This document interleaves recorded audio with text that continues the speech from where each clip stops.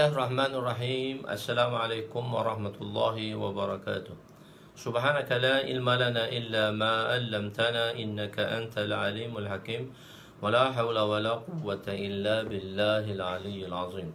Rabbi yassir wa la tu'assir wa tammim bil khair ya fattah wa bika nasta'in. Nahmaduhu wa nusalli wa nusallim ala rasulihil karim wa ala alihi wa ashabihil fatihina بهديهم إلى الحقيقة المجاذة. أما بعد، أعوذ بالله من الشيطان الرجيم. بسم الله الرحمن الرحيم. والعصر إن الإنسان لفي خسر إلا الذين آمنوا وعملوا الصالحات وتواصوا بالحق وتواصوا بالصبر. صدق الله العظيم.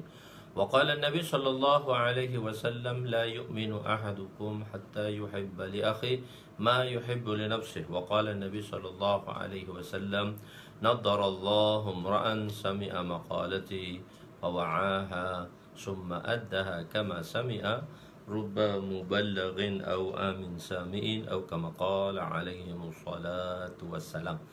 Jadi alhamdulillah, bersyukur kita kepada Allah Subhanahu wa taala, bertemu kembali kita siri yang seterusnya.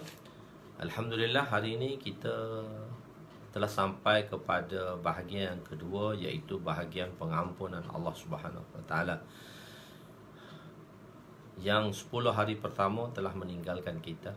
Sepatutnya kita beristighfar dan merasa sedih terhadap apa amalan yang kita lakukan kerana serba kekurangan, dan kita berharap dengan rahmat Allah Subhanahu wa taala segala apa yang kita kerjakan itu diterima oleh Allah Subhanahu wa taala, dan sebagai satu tanda kesyukuran kita kepadanya, dan supaya Allah Subhanahu wa taala meredai kita dengan amalan puasa yang mana Allah sendiri mengatakan ajzabih, akulah yang akan memberi ganjaran kepada orang yang melakukan kerja, atau aku sendiri sebagai ganjarannya.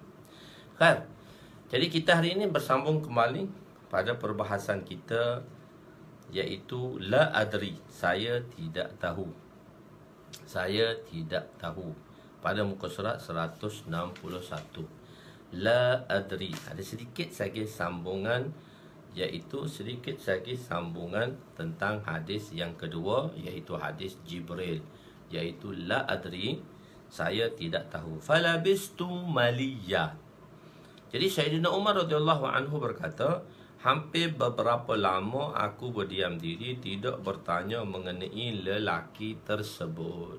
Jadi bila setelah Sayyidina Jibril alaihissalam meninggalkan Nabi dengan pertanyaan-pertanyaan yang telah ditanya oleh baginda Jibril alaihissalam kepada baginda sallallahu alaihi wasallam, dan iaitu beliau meninggalkan baginda sallallahu alaihi wasallam, iaitu dia telah meninggalkan. Jadi lelaki itu jadi sama-sama diam setelah pergi falabistu maliya, jadi agak beberapa lama.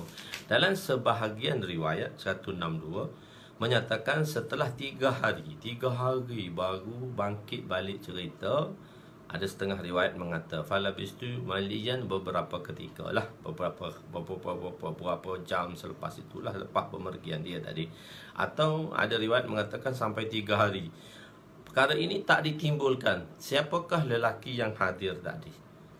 Setelah Rasulullah sendiri pun bertanyalah kepada Sayyidina Umar. Jadi tak ada siapa timbulkan masalah tu, tak tanya tentang masalah tu.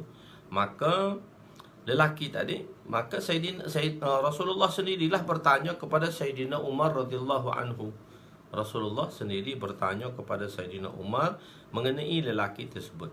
Jawab Sayyidina Umar, wallahu rasuluhu a'lam, Allah dan Rasul lebih mengetahui. Allah dan Rasul lebih mengetahui. Jadi mungkin dah dapat sangka, tetapi itulah jawapan mubarakah. Itulah satu jawapan yang mana apabila ditanya oleh Nabi SAW kepada sahabat-sahabat, itulah jawapan yang telah disambut atau dijawab oleh sahabat. Wallahu rasuluhu a'lam, Allah dan Rasul lebih mengetahui. Kenapa? sahabat kehidupan mereka adalah bersama Nabi. Kadang-kadang Nabi tanya kepada mereka, siapakah orang yang kuat? Siapakah pahlawan? Jadi mereka jawablah, pahlawan ni orang yang mana dapat menjatuhkan seorang di dalam pertempuran. Nabi kata tak, pahlawan tu ialah orang yang mana yang dapat menahan segala kemarahannya. Wal ghais, orang yang boleh tahan marah dia. Wa'afuna 'anil nas, dan bukan setakat boleh tahan marah dia, tapi maaf pula ke orang yang buat tak baik kat dia. Jadi okey, kita tengok sesuatu perkara yang berlaku mestilah kita melihat daripada sudut positif. Kita jangan lihat daripada sudut negatif. Kita kena lihat dari sudut positif. Sampai bila ustaz kita nak lihat daripada sudut positif? Tak bolehkah kita bagi pihak kita, kita melihat sesuatu itu dari sudut positif? Sebab apa? Sebab Allah Subhanahu Wa Taala akan membuat muamalah kepada kita bagaimana sangkaan kita terhadapnya. Ana inda zanni abdi bi. Allah kata, aku bersama sangkaan hamba-Ku kepadaku. Sebagaimana sangkaan hamba-Nya kepada Allah, begitulah sangkaan Allah pada kita. Sebab itu kita tengok sesuatu perkara itu dari sudut positif. Sudut positif, negatif ada, tapi kita mesti lihat dari sudut positif. Apa sahaja yang berlaku pada kita, kita melihat dari sudut positif. Asa tuhibbu syai'a wa asa tuhibbu syai'a wa huwa syarrul lak. Kadang-kadang asa taqrahu syai'a fa huwa khairul lak. Ada satu benda yang mana kita rasa baik untuk kita, tapi dia tak baik pada kita. Asa tuhibbu syai'a wa huwa syarrul lak. Benda tu kita rasa seronok, baik pada kita, kita rasa okeylah, baik kot. Tapi Allah kata fa huwa syarrul lak, sedangkan perkara tu tak elok untuk kamu. Asa taqrahu syai'a, satu benda yang kita lihat, kita rasa tak baik pada kita. Wa huwa khairul lak, sedangkan perkara itu terbaik untuk kita. Jadi sebab itu apa sahaja yang mendatangi kita, maka kita lihat daripada sudut positif. Misalnya kita berusaha supaya jangan kita ditipu, tapi kalau kita kerugian setelah kita berusaha, kita menjaganya baik, maka kita kehilangan sesuatu yang kita rasa kita seronok, kita rasa sedih. Tapi tak, kita kena fikir, ya Allah, setelah Engkau mengambilnya daripadaku, setelah aku menjaganya dan Kau mengambilnya daripadaku, sekarang dia bukan hak aku. Mungkin ya Allah, Engkau akan menggantikannya lebih baik daripada itu. Sebab kita tak tahu. Wallahu ya'lamu wa antum la ta'lamu. Anak bagi tahu bahawa di sini Allah tu mengetahui, kamu tak tahu. Jadi di sinilah apabila ditanya kepada Nabi sallallahu alaihi wasallam, bila sahabat bertanya kepada Nabi, maka sahabat akan menjawab wallahu rasuluhu a'lam. Sebab Allah mengatakan wallahu ya'lamu wa antum la ta'lamun. Engkau tak tahu, aku yang tahu. Jadi dalam muamalah tu, kau mesti sangka baik dengan aku. Kau mesti tengok kebaikan itu. Kau kena tengok dari sudut yang baik itu. Perlu daripada kegagalan kita ataupun daripada kerugian kita, kita perlu lihat. Kita perlu lihat kesalahan kita dan kita mencari. Tetapi jangan kita terlalu melihat kepada negatif. Tak, kita perlu ada point positif. Kita perlu ada positive thinking. Kita perlu ada sudut positif. Sebab Allah lebih mengetahui. Dan bila Allah mengetahui, dia dirujukkan kepada Rasul tu lebih mengetahui. Sebab apa? Sebab Allah menurunkan wahyu kepada baginda dan baginda akan mengetahuinya. Dan setelah wahyu disampaikan kepada baginda, dan selepas itu baginda memberitahu kepada sahabat. Jadi sebab itu sahabat menjawab, Allah dan Rasulnya lebih mengetahui.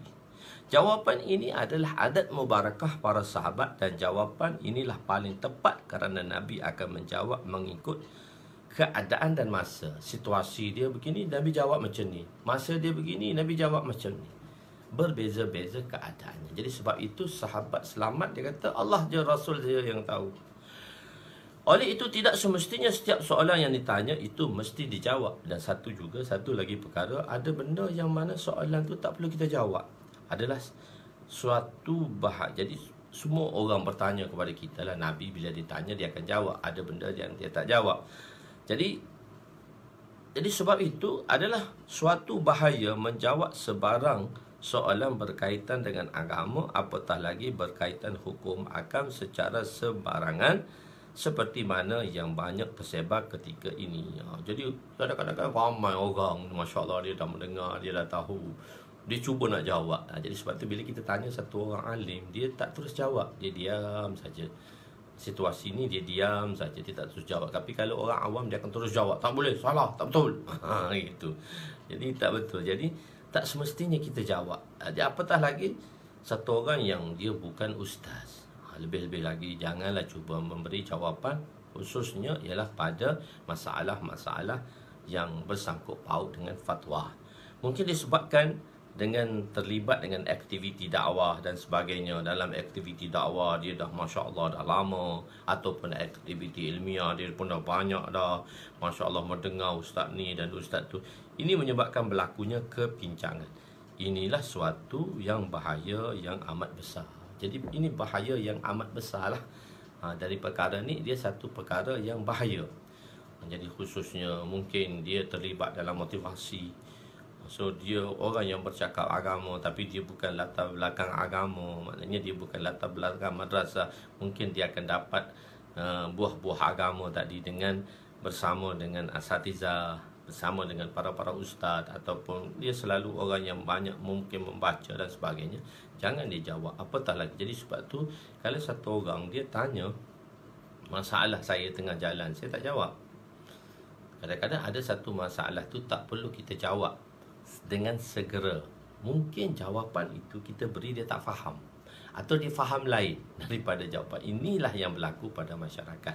Dan inilah yang menyebabkan ustaz-ustaz itu disalahkan. Bukan masalah ustaz tu disalahkan, bukan ustaz tu salah, tapi orang yang mendengar daripada jawapan ustaz tu, dia faham lain. Sebagaimana yang diterangkan oleh ustaz tu, lain maknanya, dia faham lain. Dia faham lain. Dia tanya sebab tu bila kita belajar dulu, bila soalan-soalan yang bersangkut paut dengan fatwa, kita pergi Darul Ifta, tempat yang mengeluarkan fatwa di madrasah besar-besar. Kalau kita ni di pejabat mufti lah dan sebagainya, itulah masalah. Itulah salah satu bidang daripada mufti. Tapi sebenarnya orang tak tanya dalam mufti ni, dalam bidang tersebut. Jadi kalau kita tanya mufti, senang bila-bila perkara yang bersangkut paut dengan fatwa lah, untuk mudahkan kita, supaya tenangkan kita untuk memilih satu jalan. Dia satu jalan takwa dan satu jalan fatwa. Fatwa tu sudah di atas syariat yang betul. Jadi kita tanya, sebab di situ bila pertanyaan dibuat, dia mesti ada jawapan. Dan jawapan yang diberi itu mesti ada SK, surat kepada siapa yang dirujukkan. Mesti berjawab. Kalau kita belajar dulu, datang soalan, di belakang soalan tu diberi jawapan, lepas tu dia akan ada al-jawabus sahihah. Jawapan itu adalah betul daripada dan sign nama mufti di madrasah tadilah, di tempat Darul Ifta tadi. Sebab apa? Takut beritahu secara lisan, orang tu dia faham lain, dan dia akan sampai kepada lain, dan dia nisbahkan kesalahan tu kepada ustaz tadi. Dia nisbahkan jawapan tu pada ustaz, sedangkan jawapan tu salah, dan orang lain akan kecam ustaz tersebut. Tak boleh. Jadi sebab tu orang jumpa saya tengah jalan, Ustaz, boleh nak tanya masalah sikit tengah jalan? Saya kata, masalah ni kau pergi kat rumah, kau tanya, kurang-kurang kau bawa 2 kilo gula, 1 tin susu. Baru boleh saya jawab. Bukan maksudnya kena beri, tapi nak beritahu benda tu tak boleh dijawab dengan segera, ada perlu tak dijawab. Jadi la adri. Jadi la adri ni, Nabi kata la adri ini adalah nisful ilmu. Kadang-kadang mengatakan saya tak tahu, itu adalah separuh daripada pengetahuan. Apabila seorang itu mengatakan saya tak tahu, maka di sini akan terserlahlah kehebatan alim rabbani, wujudnya tawaduk. Barulah sifat saya tak tahu. Imam Malik rahmatullah alaih apabila ditanya 40 soalan, dia tak jawab direct. Dia tak jawab, dia 40 soalan tu dia jawab 4 soalan lagi. Hak lain dia kata la tadi aku tak tahu, nanti aku rujuk dulu baru aku jawab balik. Dia tak jawab secara spontan macam tu. Maka di sini akan terselahlah kehebatan. Jadi kalau kita tak jawab, orang tu kata, oh, ustaz setiap kali tanya tak jawab. Tak tahulah tu. Bukan tak tahu. Bukan masalah tu tak tahu, tapi masalah tu perlu diberitahu secara baik. Begitu. Jadi bukan itulah, walaupun orang kata apa, tak apa, itulah tandanya tawaduk. Kita bukannya tasanuk. Kita bukan buat-buat tahu. Tasanuk ni buat-buat tahu, sebenarnya dia tak tahu pun. Begitu. Ada riwayat mengatakan Sayyidina Abu Hurairah terdapat sedikit perbezaan di segi lafaz. Dan sambungan daripada hadis ini, riwayat Sayyidina Abu Hurairah. Tadi riwayat Sayyidina Umar radhiyallahu anhu. Sekarang riwayat Sayyidina Abu Hurairah ada sedikit perbezaan dari sudut lafaz. Makna dia lebih kurang lah. Warawahu Abu Hurairah radhiyallahu anhu ma'akhtilafi fihi. Ma'akhtilafi. Ikhtilaf dia tak kata ma'al khilafi, tak.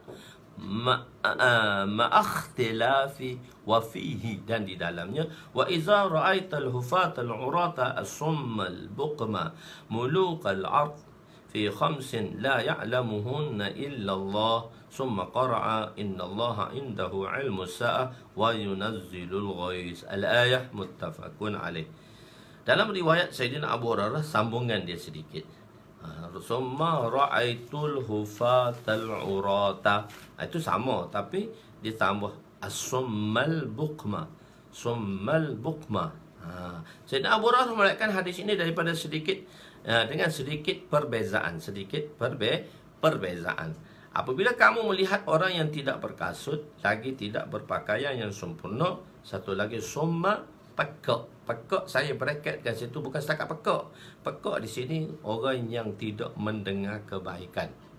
Lagi bisu. Bisu di sini orang tu nak cakap baik pun susah. Dan orang yang buruk sebegini, orang-orang ni mafhum dia tak elok lah, orang tak kurang baik, menjadi raja di atas muka bumi. Dah tak ada orang baik, jadi orang yang tak baik lah akan jadi raja. Mereka sibuk memikirkan, Masya Allah, bukan setakat tu dia fikir pula berkenaan ilmu perkara, berkenaan 5 perkara yang tidak mengetahui. Benda yang 5 perkara ni tak ada siapa tahu kecuali Allah. Tapi dia cuba nak tahu juga. Fikir dia, dia mengikut pendapat saya begini, pendapat saya begini. Dia tafsir dia sendiri pula. Mengaji pun tak tafsir dia sendiri. Mentafsir surah Al-Baqarah. Mengaji agama 1 hari pun tak. Maksud ngaji surah nang 1 hari pun tak. Dia tafsir surah Baqarah, menulis tafsir surah Baqarah. Tak tahu dia tafsir dengan apa, tak tahu. Tak tahu dia tafsir dengan apa. Lepas tu dia hantar pula ni, Ustaz, ni saya dah buat surah Baqarah, ni saya dah tafsir ni saya ni. Dia mengaji pun tak.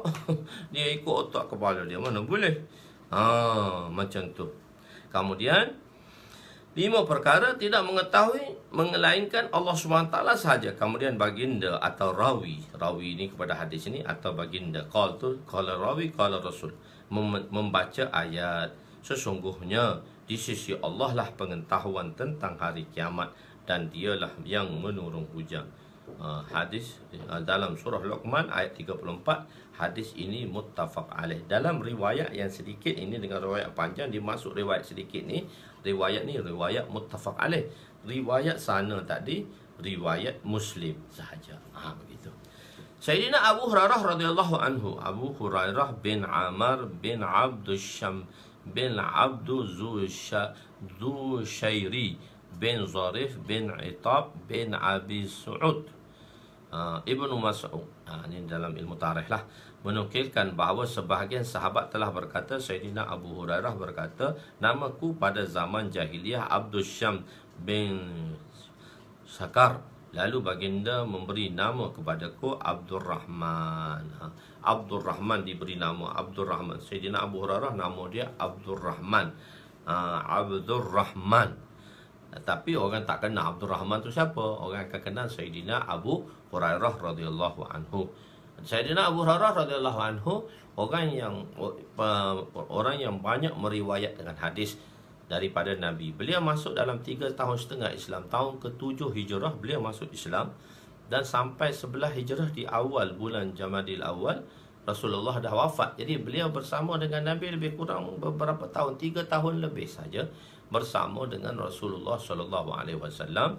7 Hijrah dan sampai 11 saja, 3 tahun lebih saja bersama dengan Nabi. Tapi orang yang banyak memberi tumpuan pengajian dan di antara sahabat yang paling banyak meriwayatkan hadis ialah Sayyidina Abu Hurairah radhiyallahu anhu. Sayyidina Abu Hurairah radhiyallahu anhu meriwayatkan, saya tulis di sini, lebih kurang 5,300 hadis dalam masa 3 tahun yang diriwayatkan oleh beliau. Tapi yang biasa masyhurnya dengan bilangan tepatnya iaitu 5,275 hadis. Lebih kurang lah, sekarang lebih kurang belakang macam tu bilangan dalam dari segi rawi-rawinya perbezaan itu di sikit. Jadi kita letak dalam satu bilangan yang lebih kurang iaitu 5,300 hadis.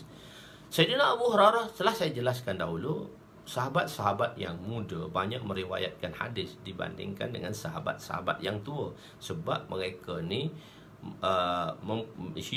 mereka ni hidup masa yang panjang walaupun selepas wafatnya Nabi sallallahu alaihi wasallam. Sayyidina Abu Hurairah hidup sebelum Rasulullah wafat ialah 49 tahun lagi.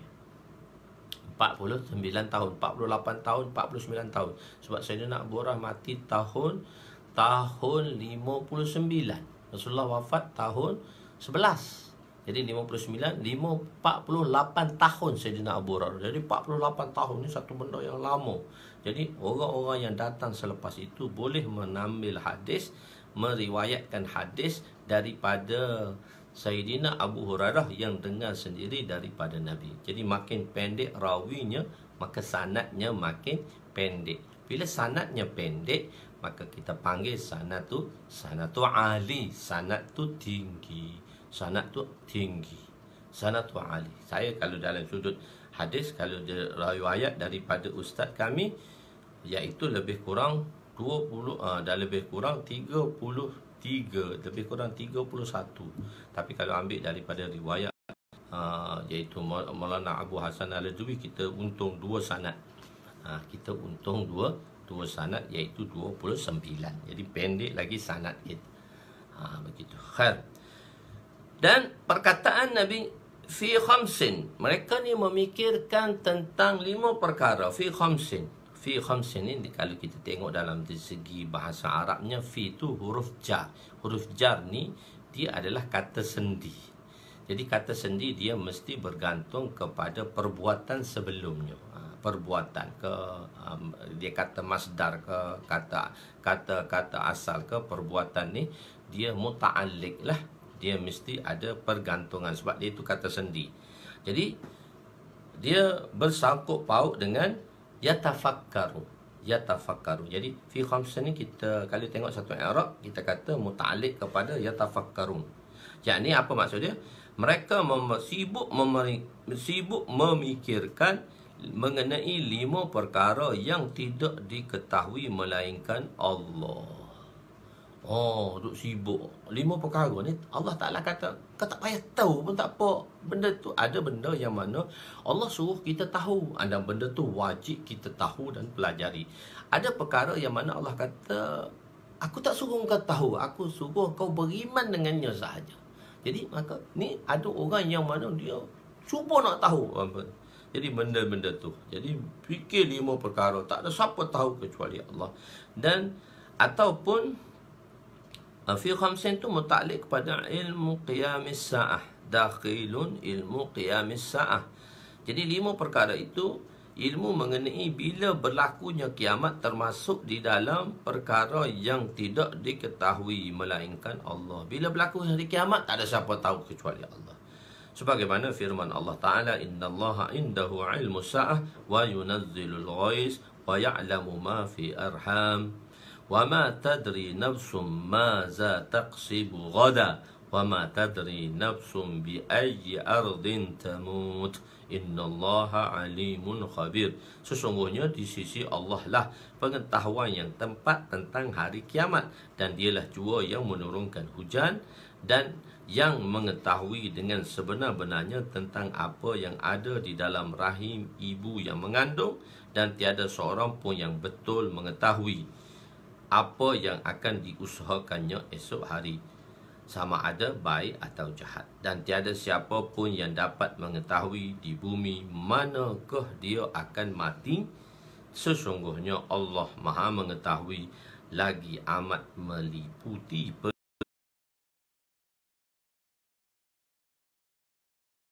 Hanya ambil ringkasan ayat, so saya bawa balik semua ayat tersebut. Jadi mengetahui ada perkara yang mana Allah tak suka. Benda yang kita tak tahu, Allah tak suka untuk diberitahu, dan dia tak suka untuk kita mengetahuinya. Jadi kadang-kadang begitu. Jadi sebab itu kadang-kadang Allah ajar Nabi SAW tentang perkara yang mana kalau dia tak tahu, Allah tak suka. Jadi Nabi Musa AS dia kata, bila Allah SWT tanya siapakah yang paling berilmu, dia kata saya. Jadi Allah tak suka dengan jawapan tu. Sebab Allah kata, kau tahu pun kau kena pergi belajar lagi dengan orang yang mana yang lebih rendah daripada engkau, tapi ilmu dia lebih tinggi daripada engkau di segi darjat lah. Sebab pergi belajar dengan Nabi Khidir AS. Nabi Khidir tu Nabi je, Nabi Musa AS Nabi serta Rasul. Terpaksa belajar dengan orang yang Nabi Khidir AS. Jadi Allah Ta'ala tak suka. Jadi sebab itu apa sahaja perkataan kita kata insya-Allah. Benda ni kita kata insya-Allah. Apabila orang-orang Mekah datang kepada Nabi nak tanya tentang Ashabul Kahf. Ashabul Kahf. Jadi dia kata, Muhammad cerita sikit tentang Ashabul Kahf ni kepada kami. Nabi ni kata, esoklah aku bagi tahu. Terlupa nak kata insya-Allah. Jadi sebenarnya Nabi berharap bahawa selepas ini ataupun malam ni Jibril alaihissalam akan datang untuk menyampaikan wahyu kepadanya dan akan memberitahu tentang Ashabul Kahf. Tapi Nabi kata, tak apa, esok aku bagi tahu kamu.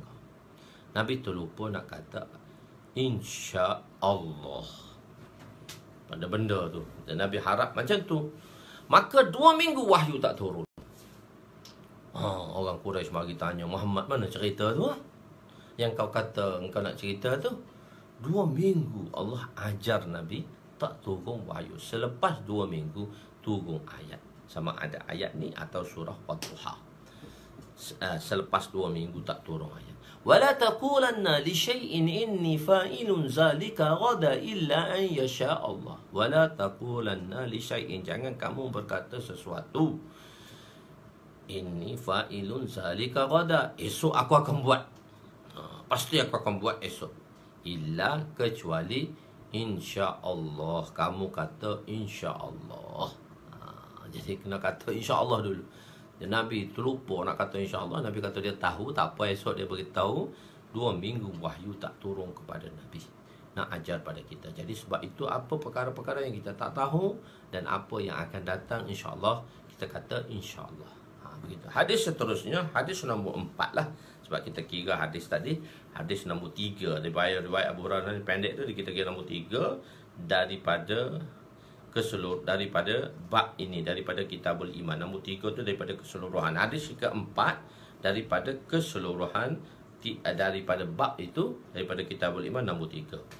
Asas Islam. Tajuk dia Asas Islam. Tajuk ni saya yang dipanggil terjematul bab lah. Saya yang pilih sendiri tajuk ni. Ini bagi saya yang terjihkan sendiri tajuk-tajuk ni, melihat kepada tajuk-tajuk yang diberikan oleh ulama-ulama dalam sebelum ni. Bismillahirrahmanirrahim. Wa an Ibn Umar radhiyallahu anhu qala Rasul sallallahu alaihi wasallam, buniyal islamu ala khamsin, syahadati an la ilaha illallah wa anna Muhammadan abduhu wa rasuluhu wa iqamis salah wa ita'iz zakah wal hajjil wa shaumi ramadhana, muttafaqun alaih. Jadi kan macam mana pengarang pertama membawa hadis ni qala Rasulullah. Imam Baghawi rahmatullahi alaih bawa hadis ni dengan qala Rasul sallallahu alaihi wasallam, tak bagi tahu siapa rawinya. Jadi pengarang kedua menyusun kembali, mengatakan dia nak meletakkan di depan hadis pertama itu nama sahabat, dan beliau telah letakkan nama sahabat yang meriwayatkan hadis ini, Sayyidina Abdullah bin Umar. Dan beliau telah meletakkan di akhir hadis tadi manakah rujukan diambil daripada hadis tersebut. Sebab pengarang pertama tak cerita hadis tu daripada Amr. Dia tak ada sanad. Mana dia pun bawa sanad. Jadi dia tak bawa an fulan, haddatsana fulan, haddatsana fulan. Cuma dia bawa hawalah, bawa kitab mana yang dia ambil, iaitu daripada muttafaqun alaih. Dan muttafaqun alaih ini maksud kita adalah daripada Bukhari dan riwayat Bukhari dan riwayat Muslim. Dua riwayat ini kita panggil dia muttafaqun alaih. Jadi sanad dia haddatsana fulan, anba'ana fulan, akhbarana fulan tu ialah di dalam Bukhari nanti rujuk. Sebab bila dalam Bukhari dia ada berserta sanad terus. Dibawa di sini berserta sanad. Okey. Kan? Terjemahan. Sayyidina Umar radhiyallahu anhu meriwayatkan bahawa Rasulullah sallallahu alaihi wasallam bersabda, Islam itu dibina atas 5 perkara. Jadi 5 perkara tu kenapa 5 perkara? Saya tak tulis, saya tak perbahasan. Saya bawa sedikit perbahasan tu di dalam footnote. Sebab saya rasa bila saya bawa dalam syarah saya mungkin pening kepala sedikit, sebab itu dari sudut nahu. So saya bawa dalam footnote. Nahu tadi saya bawa footnote bagi mereka yang berhajat, bagi asatizah, dia nak tengok dari segi nahu dia, grammar nahu dan sebagainya. So saya bawa di dalam footnote di bawah tadi. Khair. Pertama ialah bersaksi. Di atas 5 perkara. Pertama bersaksi. Bersaksi itu pula ada 2 pula. Bersaksi itu. Pertama bersaksi, syahadah. Pertama syahadah. Saya bawa dalam riwayat itu syahadati dengan kasrah, syahadati. Sedangkan syahadati itu dia ada boleh 2 baca, boleh 3 wajah baca. Syahadatu boleh baca, syahadata boleh baca, syahadati boleh baca. Marfu pula dia ada 3 keadaan pula marfu. Kenapa dia cerita? Sebab tu saya kata itu dari sudut nahu lah. Perbahanan kita baca syahadatu pun boleh, syahadata pun boleh, syahadati pun boleh. Kenapa? Dia ada punya dari segi grammar dan sudut grammarnya di situlah. So saya tak nak teranglah di sini. Kan? Jadi bersaksi bahawa tiada Tuhan selain Allah, tiada yang layak disembahlah selain Allah. Dan kadang saya maknakan dengan lafzi iaitu Tuhan, kadang-kadang saya maknakan dengan yang disembah selain Allah, bahawa Nabi Muhammad SAW itu hamba Allah dan pesuruhnya. Kedua, mendirikan solat. Ketiga, memberi zakat. Keempat, menunaikan haji. Kelima, berpuasa. Kenapa pula patutnya yang haji itu nombor 5? Kenapa letak nombor 4? Sebab itu kadang-kadang dia susunan. Dia panggil tertib zikri, susunan. Susunan itu tak menunjukkan manakah amalan tu sepatutnya dahulu atau belakang. Dia panggil tertib zikri saja. Dan saya telah ceritakan mula-mula sekali macam mana makna laful nasyar murattab, laful nasyar ghair murattab. Itu dari sudut nahu saja. So dia kadang-kadang disusun dari sudut begitu. Khair, penerangan saya bawa sedikit tentang kisah siapa itu Abdullah bin Umar. Abdullah bin Umar ni anak kepada Sayyidina Umar radhiyallahu anhu bin Umar bin Khattab daripada kabilah Adawi Al-Quraisy. Beliau memeluk Islam bersama ayahnya di Mekah, sedangkan ketika itu beliau masih kecil. Hadrat Nafi', satu orang sahabat tabi'i, berkata rahmatullah alaih, mengatakan bahawa Ibnu Umar berkata, aku dibawa kepada baginda untuk menyertai Badar. Sedangkan Badar tu pada tahun 2 Hijrah. Aku masa tu umur 13 tahun je. Lepas tu baginda tidak membenarkan daku untuk berjuang di Badar. Begitu juga dalam peperangan Uhud. Setahun selepas itu umur 14 tahun, baginda juga tidak mengizinkan daku. Dan baginda mengizinkan daku menyertai peperangan Khandaq setahun lepas tu, tahun keempat Hijrah. Ketika itu aku berusia 15 tahun. Itu usia 15 tahun tu usia macet dah lah. Usia macet dah. Usia macet dah 15 tahun tu dah balik dan dia dah macet dah. Ibnu Umar radhiyallahu anhu meriwayatkan daripada hadis ini daripada Nabi, selain daripada beliau meriwayatkannya daripada Bilal, dapat riwayat daripada Bilal, Rafi' bin Khudais dan sebagainya. Dan ramai lagi sahabat yang lain. Beliau wafat pada tahun 72 Hijrah. Ini sahabat muda di antara sahabat-sahabat yang banyak meriwayatkan hadis. 72 Hijrah, tolaklah dengan 11. Jadi 61 tahun lagi beliau hidup selepas Rasulullah SAW hidup. Di rumah Nabi ni, yang muda-muda ni dia menjadi khadim Nabi. Khadim ni orang yang berkhidmat kepada Nabi. Orang Melayu panggil khadam. Dia khadim. Kha alif dam mim. Khadim. Khadim ni ialah orang yang berkhidmat. Khadim tu orang yang berkhidmat. Tapi orang Melayu dipanggil khadam. Tapi kalau dalam bahasa Arab untuk plural khuddam. Khuddam. Khuddam. Kha da alif mim. Khuddam. Dia ada musyaddad pula di situ. Kha da alif musyaddad mim. Khuddam. Jadi dia punya plural pada perkataan khadim. Tapi Melayu panggil khadam. Melayu panggil khadam. Kadang-kadang saya tulis khadam, kadang-kadang saya tulis khadim. Tengoklah dimelayukan atau diarabkan. Khair. Jadi dia banyak di kalangan rumah Nabi SAW. Ini kita cerita tentang sahabat pula. Banyak di dalam rumah Nabi. Sayyidina Abdullah bin Umar, beliau duduk di rumah Sayyidatuna Habsah radhiyallahu anha, kerana Sayyidatuna Habsah itu isteri Nabi. Maknanya dia duduk dalam rumah Nabi. Dia duduk dalam keluarga Nabi saja, duduk dalam rumah Nabi. Dan begitu juga Sayyidina begitu juga Sayyidina Abdullah bin Abbas. Dia banyak duduk di rumah makciknya, iaitu Sayyidatuna Maimunah radhiyallahu anha. Sayyidatuna Maimunah itu adalah juga isteri Nabi. Sayyidatuna Maimunah, Sayyidina Abdullah bin Abbas, kalau tengok dari segi ayah, beliau adalah sepupu kepada Nabi sallallahu alaihi wasallam. Tapi kalau tengok dari segi makcik itu pula, beliau adalah anak saudara kepada Sayyidatuna Maimunah. Jadi tengok kat sebelah isteri Sayyidina Abdullah bin Abbas ni anak saudara lah, anak saudara tiri lah. Anak saudara tiri, bukan anak saudara tiri, anak saudara lah. Anak saudara kepada isteri. Jadi sebab tu dia berulang alik dalam rumah, yang orang yang mana dia masuk rumah tu pun tak perlu berpurdah. Maksudnya dia tak perlu berpurdah macam mana orang biasa. Jadi rumah ni dia, sebab tu Sayyidina Abdullah bin Umar dia duduk dalam rumah kakak dia. Jadi Sayyidina Abdullah bin Abbas duduk rumah makcik dia.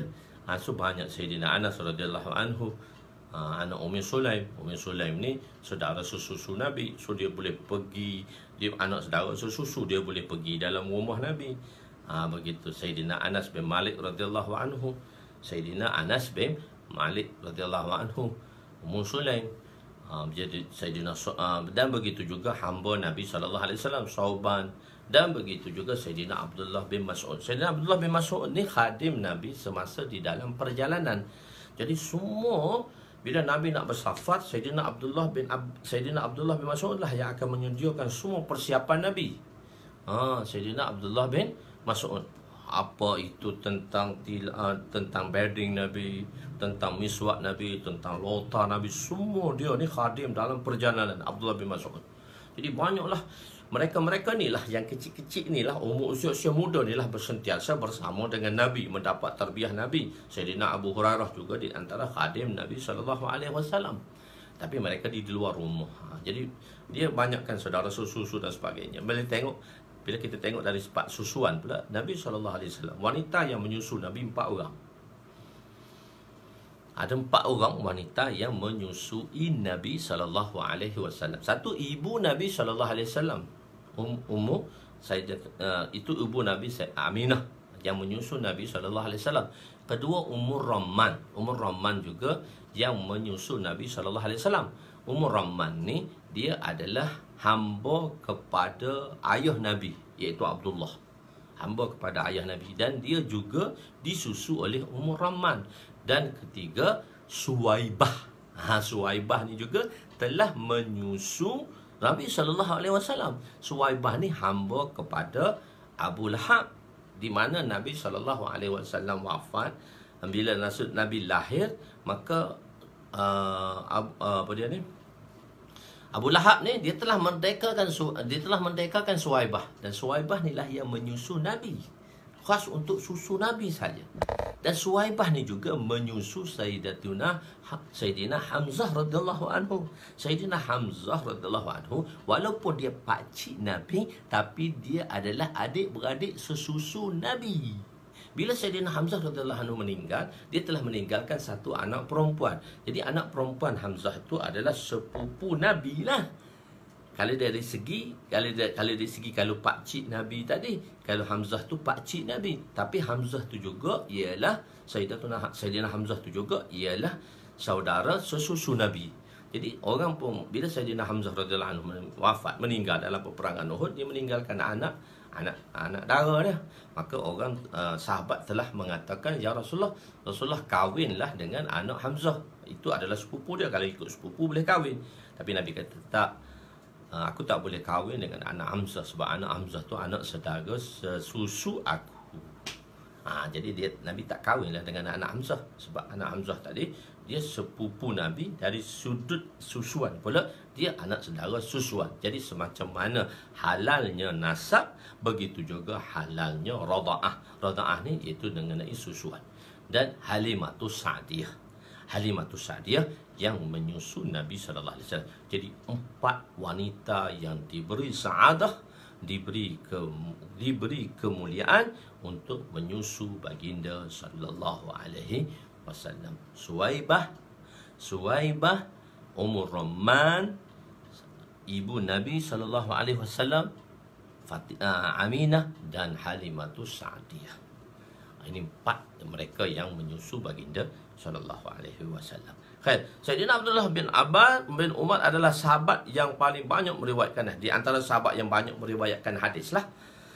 Ramai di kalangan akabirin, iaitu sahabat-sahabat yang tua, sahabat yang meriwayatkan sedikit sahaja meriwayatkan hadis. Orang lama ni sikit je riwayat. Antara mereka adalah Sayyidina Abu Bakar. Beliau hidup lebih kurang 2 tahun setengah selepas kewafatan Rasulullah. Umat tidak dapat mengambil manfaat periwayatan beliau kerana tempoh masa yang singkat ini.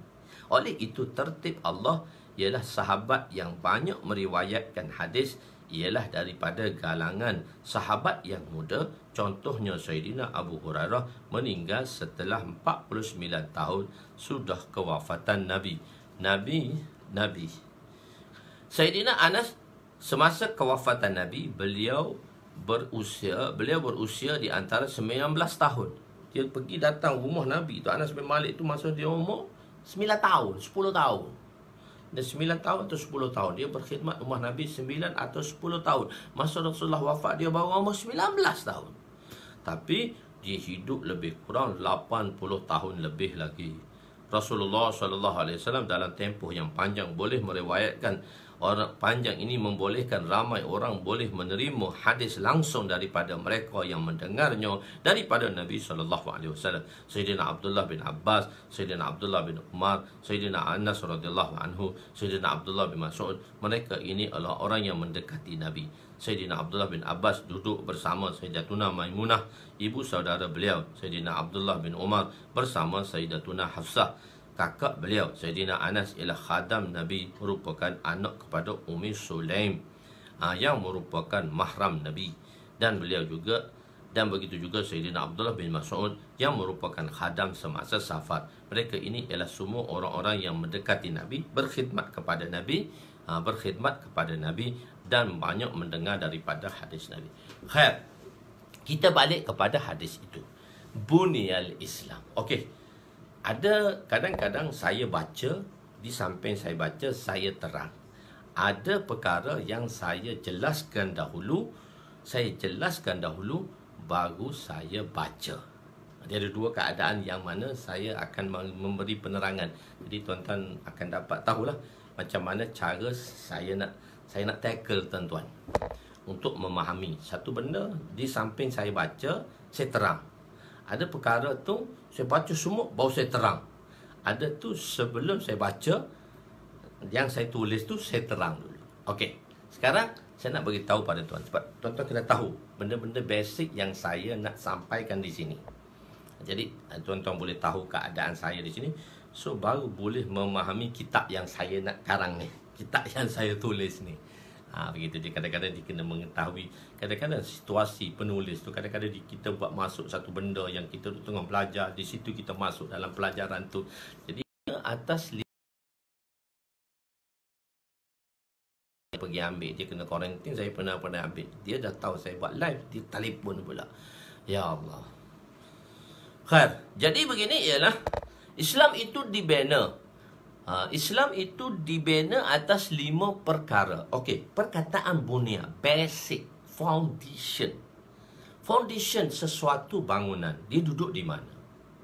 Foundation sesuatu bangunan tadi, foundation sesuatu bangunan dia berada di bawah tanah, tak nampak. Itu dipanggil foundation.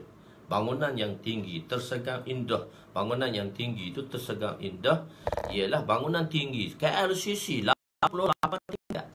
Kenapa dia berdiri 88 tingkat?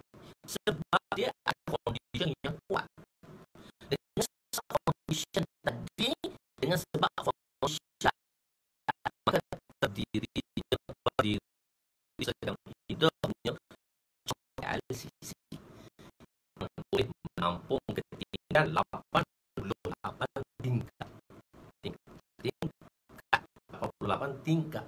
Tinggi tu. Tapi dia mesti foundation yang kuat, asas yang kuat. Kalau asas yang tak kuat, maka dia tak boleh mendirikan bangunan yang tinggi. Jadi Islam ni, dia ada dua benda. Satu asas, satu bangunan tu. Satu Islam, asas Islam, satu bangunan dia tu, sakta bangunan. Dua benda lah.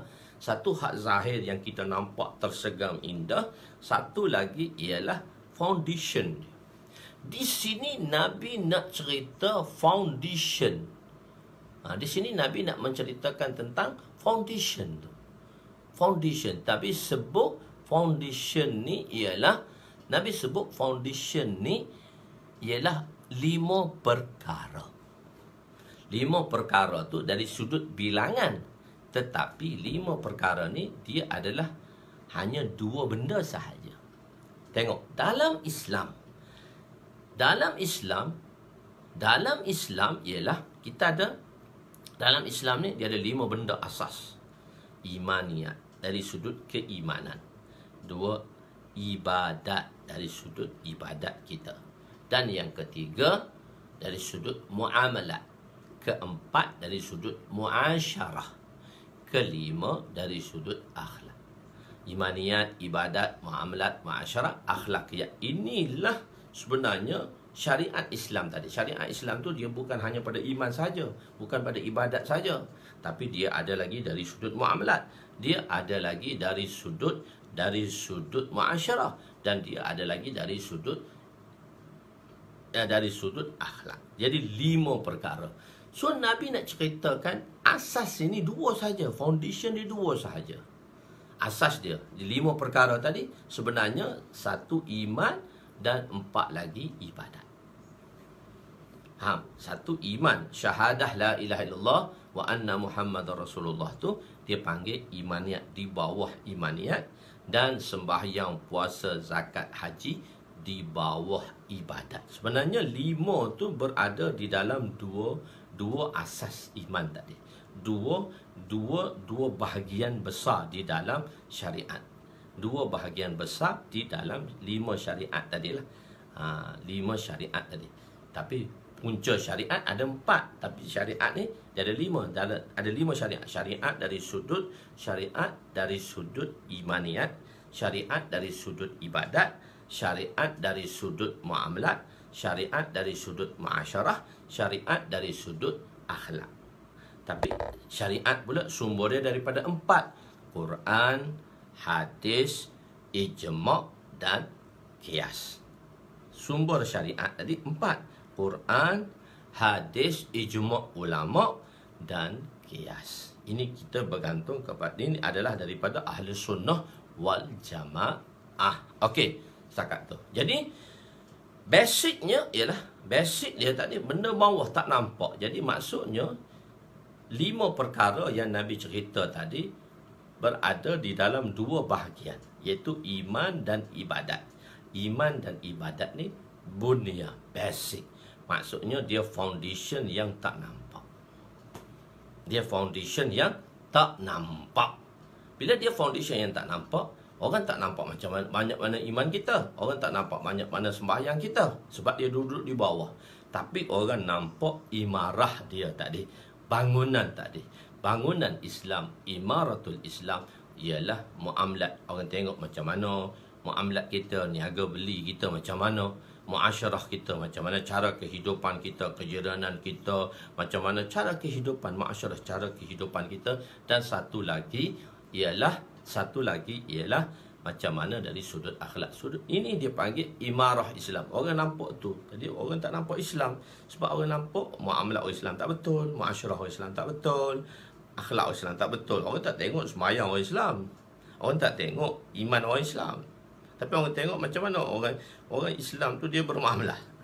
Begitu. 5. Jadi Islam dibina di atas 5 perkara.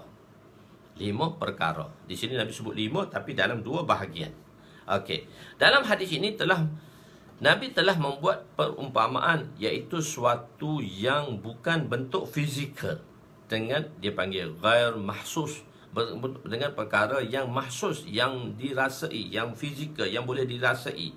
Islam diumpama sebuah bangunan. Yang penting bagi sebuah bangunan ialah asas, foundation dia. Asas ini di bawah dan tidak nampak. Keseluruhan Islam terbahagi kepada 5: imaniyat, ibadat, muamalat, muasyarah dan akhlakiyat. Lafaz Islam, bunyat kita dah bahaskan. Islam pula, apa perkataan bunyal al-Islam? Bunyal Islam, al-Islam. Okey. Lafaz Islam yang dimaksudkan dalam hadis ini ialah dinul Islam. Lafaz Islam yang dimaksudkan dalam hadis ini ialah dinul Islam. Iqtiza lafaz Islam tadi bukan kepada dari segi ibarat sahaja. Makna dia adalah agama Islam. Lafaz Islam dalam hadis Jibril, akhbirni anil Islam, ialah rukun Islam. Dia menunjukkan tentang rukun Islam, 5 perkara. Tetapi di sini lafaz Islam ni dia bukan rukun Islam sahaja.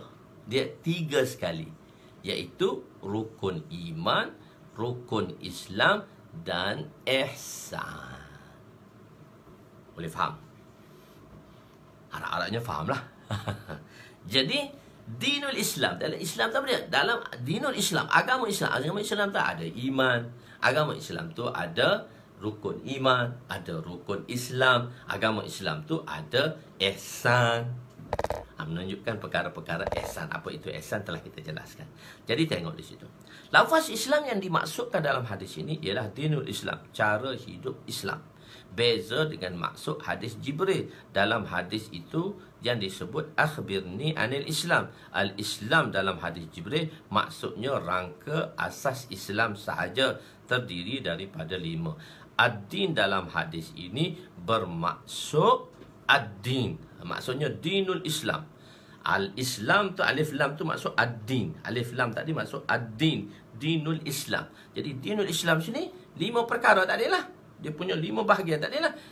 Imaniyat, ibadat, muamalat, muasyarah, akhlak. Okey, boleh faham. Jadi dinul Islam. Islam maksudnya dinul Islam. Din tu apa? 5 perkara, 5 bahagian. 5 perkara tak tukar, 5 perkara tu 5 bahagian lah. Imaniyat, ibadat, muamalat, muasyarah, akhlak. 5 perkara yang hadis ini, 5 perkara yang disebut tadi tu, bukan 5 bahagian ni, 5 perkara tadi terbahagi kepada 2 sahaja, iaitu imaniyat dan ibadat. Dalam 2 bahagian saja. Asas tu, basic tu 2 saja, iaitu imaniyat dan ibadat, yang merupakan asas bagi bangunan. Dan bangunan yang baki, dan bangunannya asas bagi bangunan, dan bangunannya ialah baki yang 3 lagi. Bangunan tu basic Islam, foundation. Bangunan dia apa dia? Muamalat, muasyarah, akhlak. 3 perkara ini dipanggil imaratul Islam, iaitu bangunan Islam. Macam mana dengan siasah? Macam mana dengan qada, hukum ahkam? Jadi siasah dan hukum ahkam ni termasuk di dalam muamalat dan muasyarah. Jadi dia termasuk di dalam sana, di dalam perbahagian, dia di dalam pembahagian di sana. Okey. Siasah dan qada, maknanya orang kata Islam tu tak ada siasah ke? Dakwah ni tak ada siasah ke? Tak ada politik ke? Ada, dia termasuk siasah dan qada dan sebagainya, termasuk dalam muamalat dan muasyarah tadilah. dan akhlakiat. Oleh itu manusia tidak dapat melihat Islam kerana hanya melihat kepada muamalat muasyarah umat Islam yang tak betul. Orang tengok kita, Pak Haji tu, haji lah, tapi kepih atas kepala lah. Bohong. Haji lah, tapi niaga tipu. Itu ibadat dia betul, tapi muamalat dia tak betul. Haji lah, tapi dari segi kejiran tegur orang pun tak. Tegur orang pun tak. Tak boleh orang masuk sikit dalam rumah dia, tak parking kat kereta kat rumah dia, tengok letak selalu bekas. Sedang jiran sebelah aja parkingnya, tapi tak benar. Kena parking, tak boleh benar orang lain masuk. Haji dah pergi Mekah dah tu. Ibadat tu mungkinlah betul, tapi masyarakat dia tak betul. Begitu. Jadi orang akan lihat dari segi, sebab tu orang luar, iaitu non-Muslim, dia lihat macam mana muamalat kita, macam mana muasyarah kita, macam mana akhlak kita. Begitu. Hadis ini menyebut 5 amalan yang kembali kepada 2, kerana syahadah dan imaniyat. Kerana syahadah itu ialah imaniyat, dan 4 yang baki itu ialah ibadat. Okey. Syahadah. Kita balik kepada syahadah. Syahadah ialah di sini bersaksi dalam hati bahawa tiada yang layak disembah selain Allah. Maknanya dalam hati kita bersaksi dengan hati, maksudnya yakinlah dalam hati, dan bersaksi dengan kita melafazkan syahadah tadi, dan kita yakin untuk mengekalkan iman tadi. Al-imanu yazidu yanqus, kita dah bahaskan di dalam bab iman tadi terbahagi kepada 3: iqrar bil lisan, amalun bil arkan, tasdik bil qalb. Tasdik bil qalb, iqrar bil lisan, amalu bil irkan, selepas syahadah diucap. Di sini ada 2 sifat yang disebut. Sifatul ubudiyah. Di dalam syahadah, asyhadu an la ilaha illallah wa asyhadu anna Muhammadar Rasulullah. Itu lafzi dari segi tauhid kepada Allah telah kita jelaskanlah. Muhammadur Rasulullah. Muhammadur Rasulullah ialah wa asyhadu anna Muhammadan abduhu wa rasuluh. Disebut abad dulu baru rasul. Kenapa ulama ni dia mencari satu-satu makna?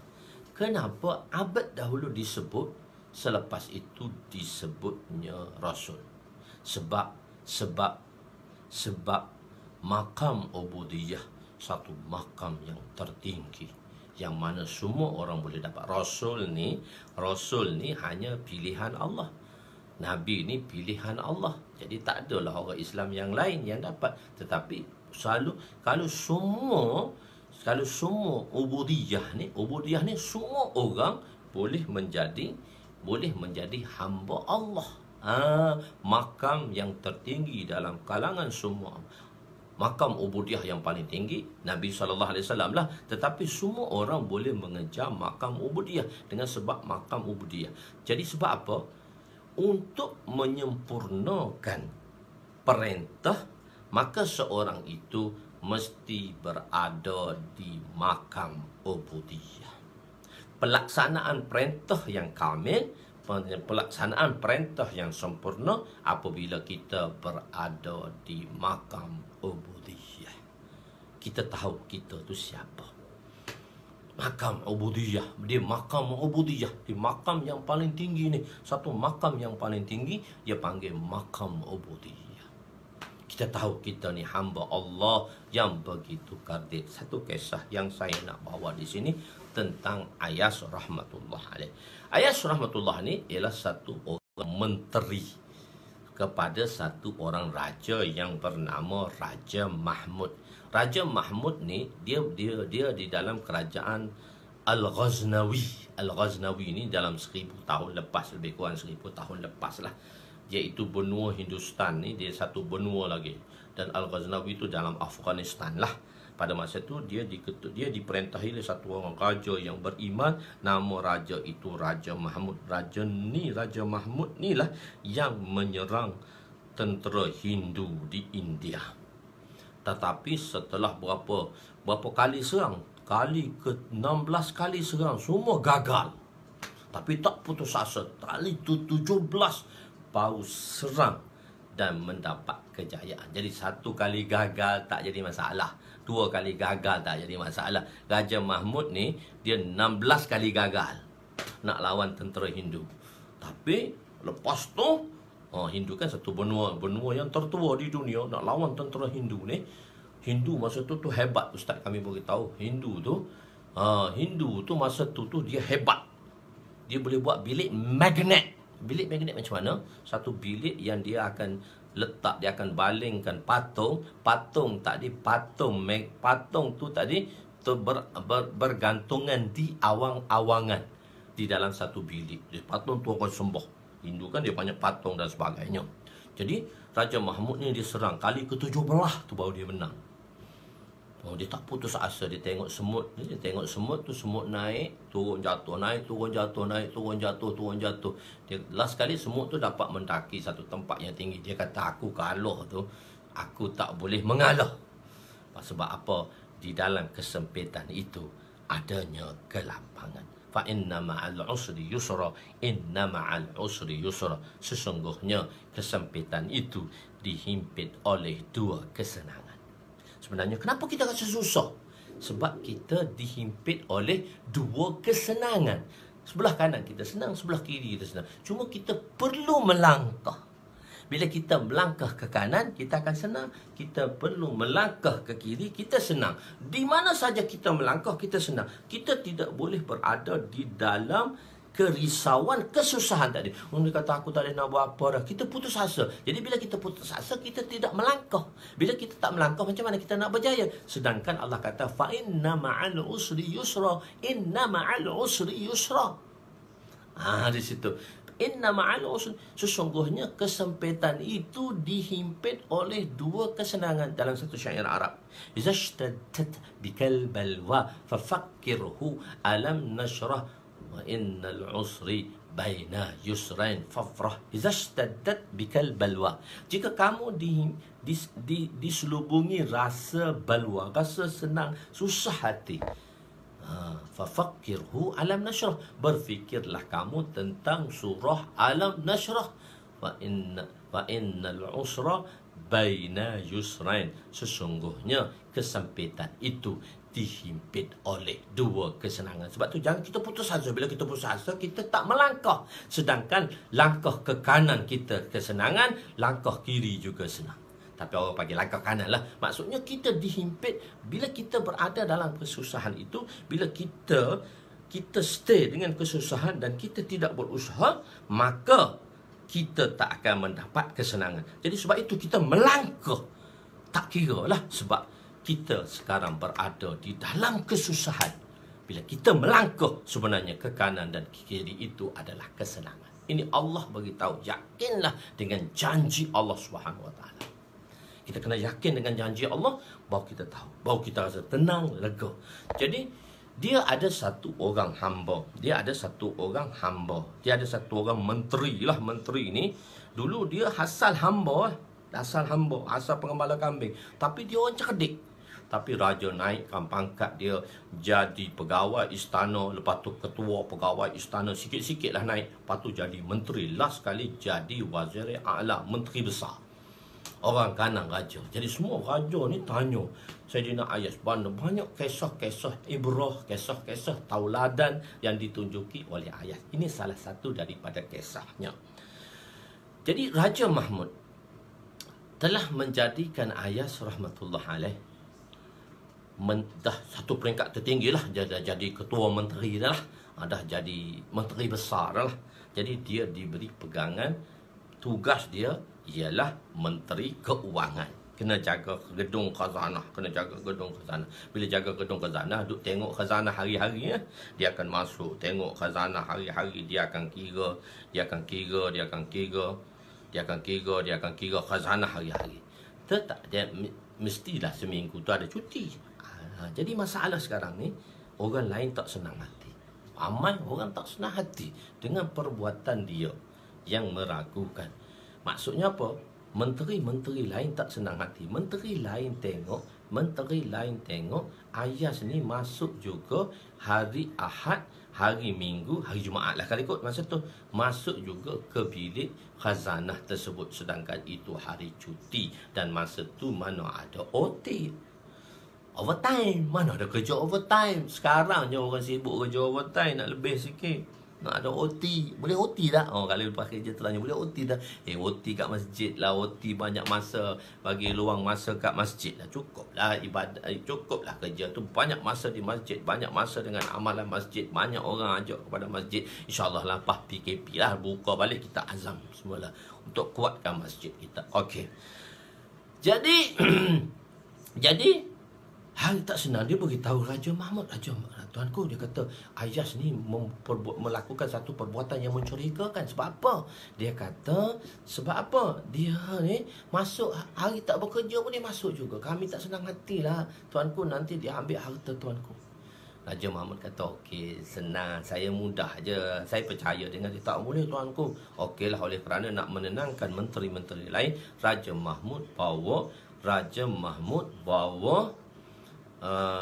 menteri dia dalam satu bilik rahsia, bilik CCTV lah. Sekarang bilik CCTV, nah dulu bilik rahsia di atas tempat dalam bilik khazanah tadi. Tuan-tuan nampak aircon saya tu kan belakang tu, dia ada lubang situ, ada situ bilik rahsia. Saya pergi satu madrasah di Bangladesh, madrasah tu ramai pelajar, dekat 60,000. Dan kawan saya masa tu ayah dia dah meninggal. Kawan saya tu Maulana Ehsan juga. Kawan saya nama dia pergi tempat ayah dia biasa duduk di tingkat yang keempat. Bila duduk di situ nampak suasana madrasah. Oh, bagus, strategi cantik dia buat rumah madrasah dia. Buat macam tu, dia nampak semua. Dulu tak ada CCTV kan. Jadi Raja pun buat masuk bilik rahsia, bilik CCTV. Maka datanglah Ayas rahmatullah pada hari yang mana tak bekerja, masuk dalam bilik khazanah. Bila masuk, ringkaskan cerita, bila masuk bilik khazanah, dia pergi satu kotak besi, satu tong besi. Dia pun buka tong besi tadi. Bila buka tong besi, dalam tong besi tu ada besi, ada kotak lagi pula. Oh, suspense. Semua orang duk tengok lah. Menteri-menteri lain duk tengok ni, Ayas buat apa? Menteri-menteri lain ni duk tengok Ayas tu buat apa. Dia pun tengok kotak. Dia pun buka satu kotak, ada kotak besi lagi. Kotak yang sederhana besar. Astagfirullah, ada apa? Mungkin benda yang berharga, sebab skill dia yang paling bagus. Maka dia pun buka lagi kotak kedua, terdapat kotak kecil yang ketiga. Suspense. 3 kali kotak baru barang tu nak jumpa. Satu kotak besar, buka ada kotak sederhana besar, lepas tu buka ada kotak kecil aja. Kotak kecil aja, sedang balik kotak kecil. Jadi orang berfikir itu mesti perkara yang berharga yang disimpan oleh Ayas. Satu masa tertentu dia akan buat lari, dia akan transfer je. Sekarang zaman transfer je.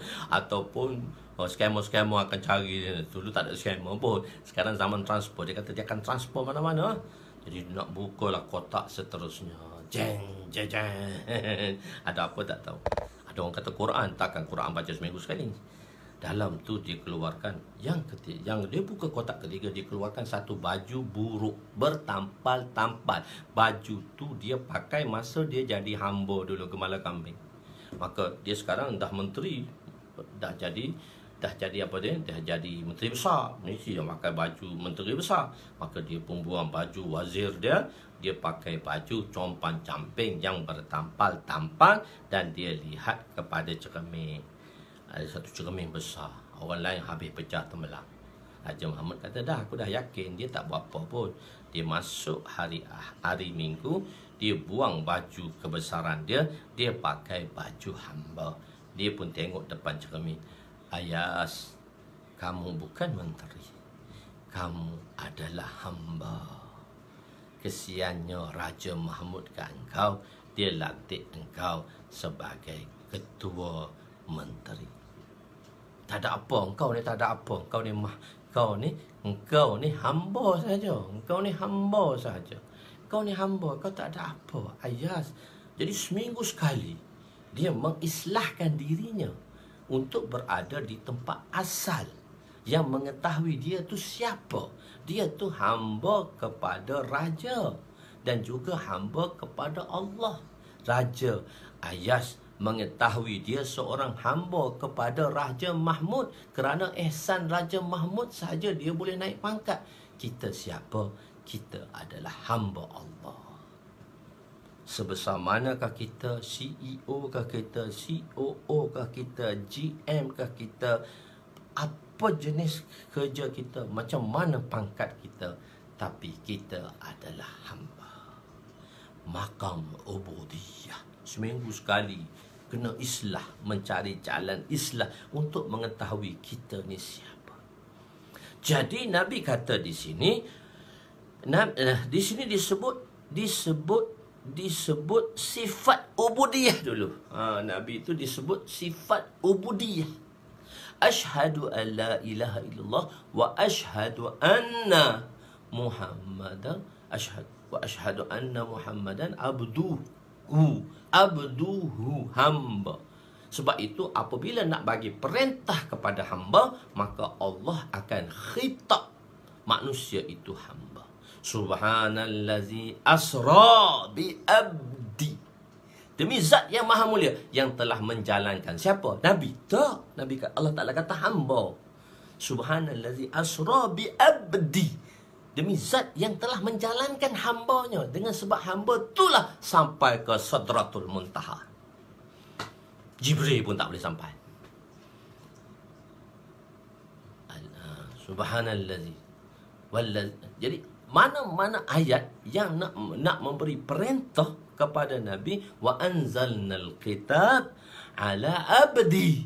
Kami telah menurunkan Al-Quran, kitab pada siapa? Ala abdi, kepada hamba-Ku, iaitu kepada Nabi.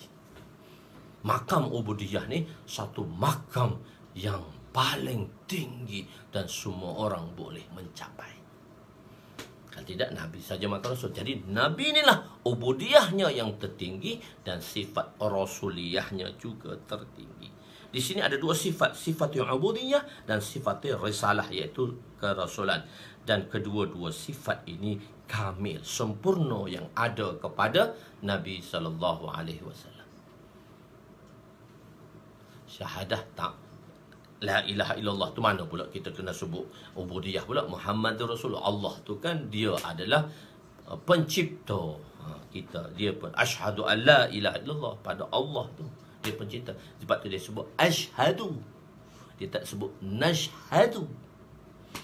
Kalau kita tengok kan, kalau kita berceramah kan, kita baca khutbah, Alhamdulillah nahmaduhu wa nasta'inuhu wa nastaghfiruh. Itu semua perkataan dengan jamak. Nahmaduhu, alhamdulillah alhamdulillah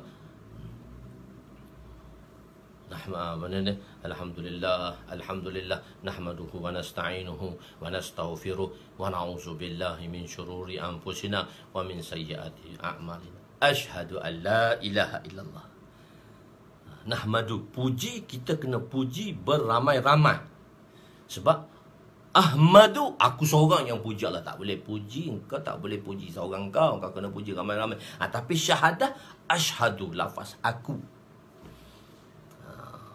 Nahmaduhu wa nasta'inuhu wa nastaghfiruh, semua lafaz nun, iaitu dengan jamak. Wa nastaghfiruh wa na'udzubillahi min syururi anfusina wa min sayyiati a'malina. Asyhadu, dia tak kata nashhadu di situ, dia kata asyhadu. Bila kata nashhadu di situ rasa besar.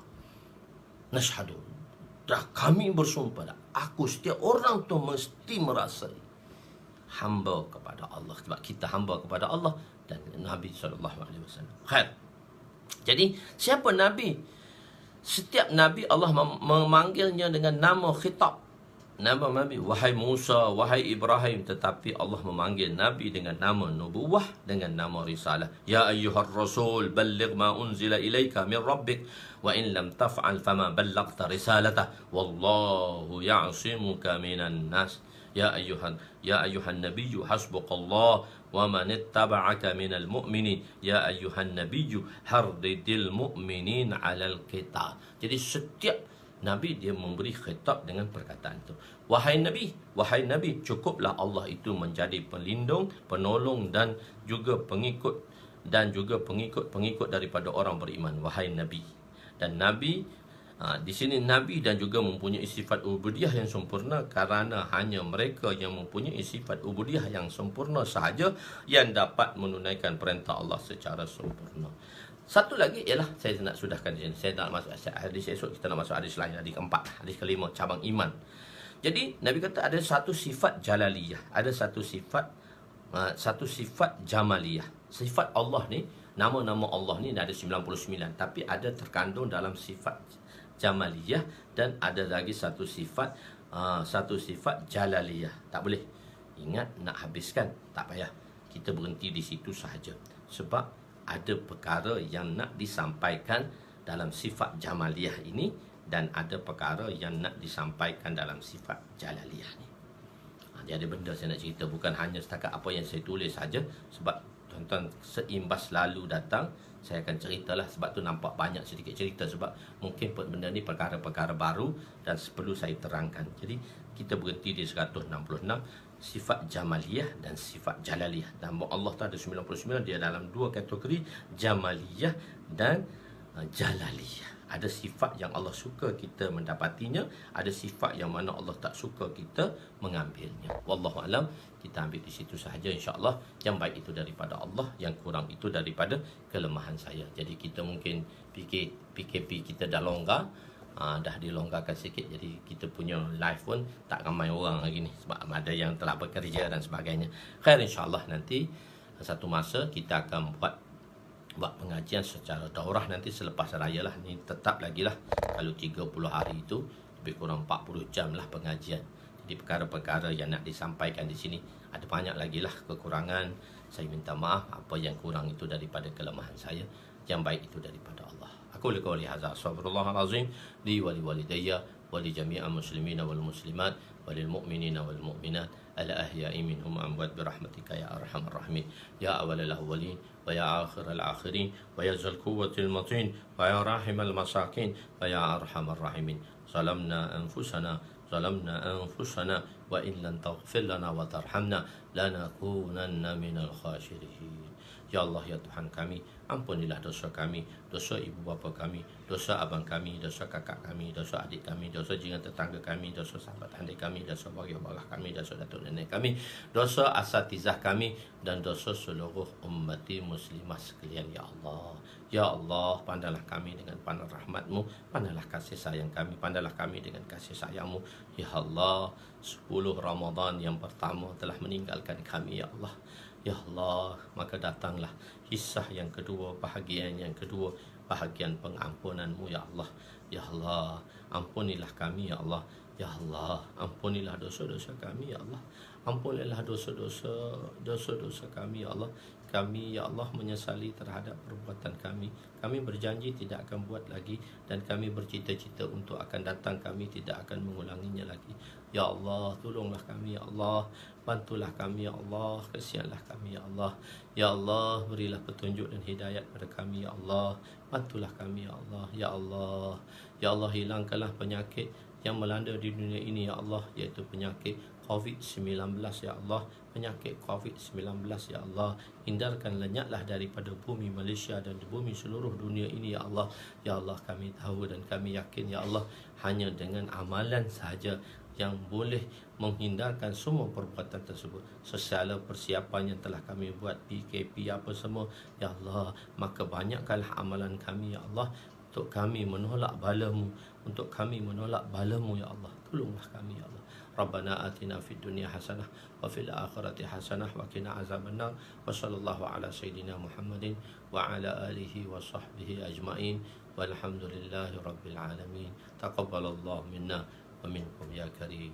Taqabbalallah.